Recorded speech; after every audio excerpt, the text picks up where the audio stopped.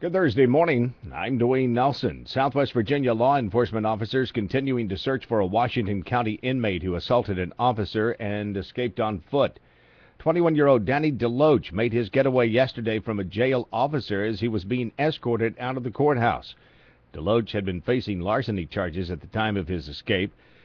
Major Jack Davidson told 11 Connects he will face additional charges now.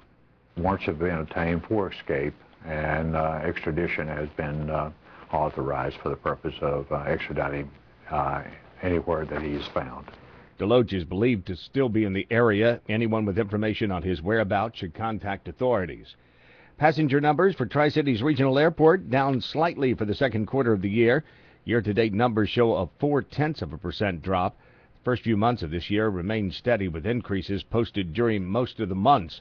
Melissa Thomas is the airport's marketing director. Our carriers are highly controlling their capacity into the markets. They're reducing flights and reducing the number of seats available. And part of that is to make sure that their load factors stay high, and that gives them a little more control over their pricing.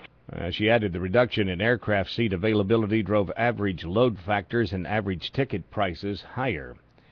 Early estimates of damage caused by flooding in Washington County, Tennessee, being tabulated by various assessment teams. To be eligible for Federal Emergency Management Agency assistance, the threshold for help is damages greater than $8.5 million. County Mayor Dan Eldridge says they're a far cry from that amount right now. As it stands right now, we're going to be in Washington County, looks like something between 4 and 6 million, but that is just that's a very rough number at this hour. Every time we look at these numbers, they go up. We're trying to put the word out now to have folks who have been impacted by this to contact my office. Now he's going to make a plea to Nashville for state assistance to help county residents with the recovery effort. Bristol, Tennessee man behind bars after allegedly inflicting head trauma on his live-in girlfriend. 43-year-old Ross Norton is charged with attempted second-degree murder and aggravated domestic assault. Police Captain Charlie Thomas says the woman was found unconscious at the home the two shared on 7th Avenue. They spoke to the boyfriend, who stated that the victim had fallen the night before. She was taken to the hospital. She had a pretty significant brain injury, and the doctors that were treating her didn't really feel like they were telling us that the injury was inconsistent with a fall. Investigators said the couple had a history of domestic violence. The girlfriend was in a coma for several weeks but is recovering. Norton is being held in the Sullivan County Jail, will appear in court soon. Bristol, Virginia-based coal company has reported a $2.2 billion loss for the second quarter of 2012.